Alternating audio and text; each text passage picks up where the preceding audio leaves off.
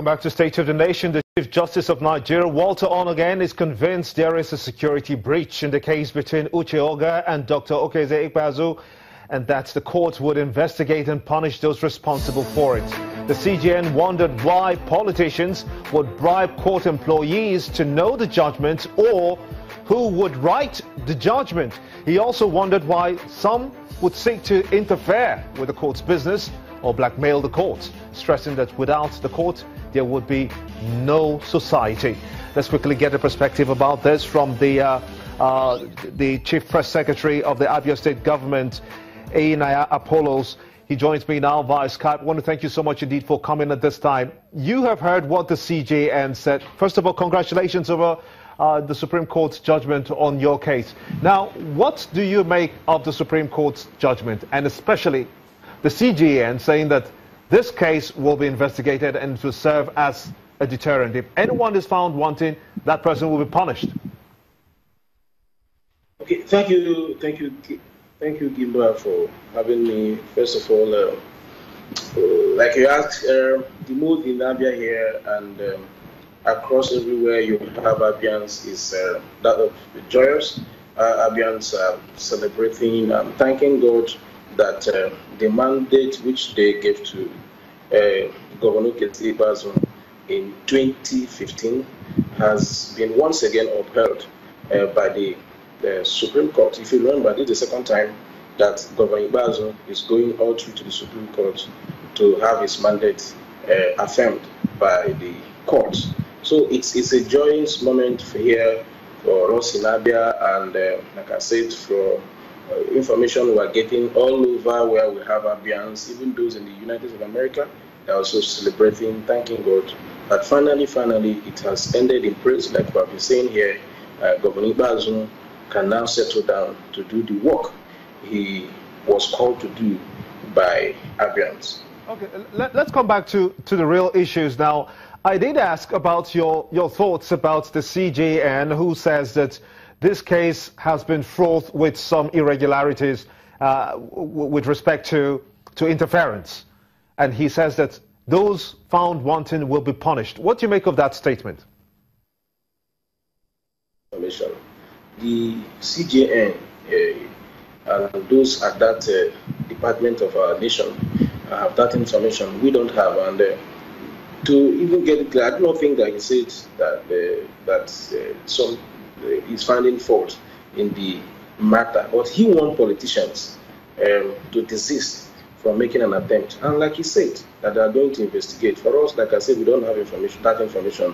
They have it there, and they also know exactly who approach them and who never approach them. So we'll wait for the outcome of whatever their investigation will be.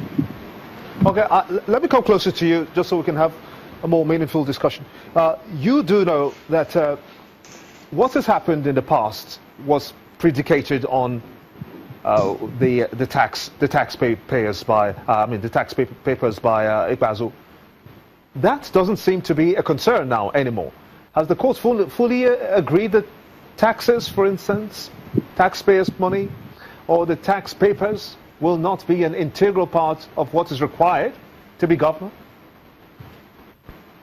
I can't get you clear. It's breaking, but I do not think that the issue of Governor Ikpeazu not paying tax is an issue here any longer. We have been saying this over and over again. Just like you there in working with Channels Television, it will make no meaning, make no sense that somebody will come tomorrow and say that having worked with Channel for the number of years you've been there, you've not been paying tax.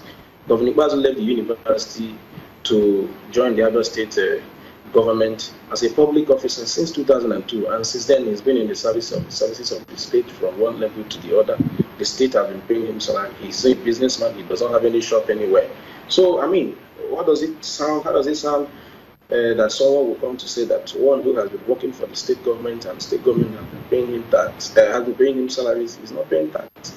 Meanwhile, the state government take their tax even before paying him salaries. So for us, it was just a frivolous case, like the judges said today, that someone was just making an attempt to reap where he never sowed. So for us, there has never been any case, and we know there was no case in all of that. About the CJN especially, he says we're going to investigate this case and we're going to punish somebody who is found wanted. Is you have to forecast and look at this case because you've been in the heart of it as well over the past, from the time when it all started. You have been part of that case. Who would you be expecting that the courts will be looking at? I do not know. Seriously, I do not know. But one thing I know is that the governor of Abia State, Dr. Okezie Ikpeazu, is a man who will not do anything to undermine the process of the law. And he has always said it and said it again that this governorship thing is not about him as Okezie Ikpeazu.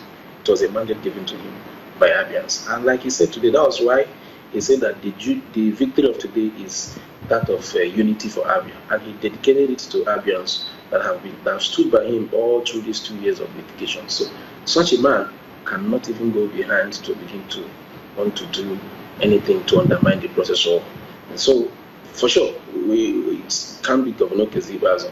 But however, we wait for whatever that the outcome of the investigation will be.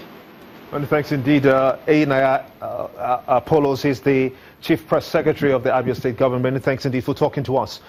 Let's now shift our focus and talk to the Special Advisor to the Borno State Governor on media, Isa Gusau. He joins us from Maiduguri now. Let's talk about the Chibok girls that were just released. You saw it all happen. When it all started, you were there. And up to this time, we have had an 82 more girls being released. What do you make of swapping of the girls with criminals, with the hardened commanders of Boko Haram? Well, thank you so much. Thank you so much. I think, like Governor Shatima has always said, nothing is too big to compromise on these girls, particularly when so many considerations were going to be applied. You know that Nigeria is not the first to be involved in this kind of prisoner swap. It has happened, the United States has been involved in it, many other countries have been involved. And I want to believe that so many things were taken into consideration. Don't forget that some of these prisoners had been with the federal government, some for as long as, the last 3-4 years. Some were there in the last 1 years. So it's even possible that some of them might have, begun to change their ideologies. I want to believe that while they were being held by the authorities, I do not think that the authorities were doing nothing.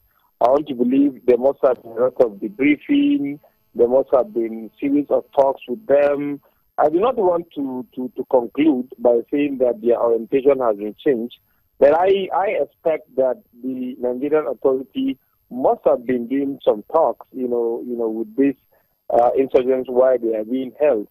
I am very sure that the federal government evaluated, made a lot of considerations, and then they went for what they thought, was the best. For us, as a state government... Yes, indeed. I apologize that's the much I can take from you, unfortunately, so too. But that's the much we can have on the program as well. Many thanks indeed, Isa Gusau, the Special Advisor to the Governor of Borno State, talking to us here on State of the Nation. And to you also for being a part of it. I want to thank you so much indeed for being with us. I'm Gimba Umar. Bye for now.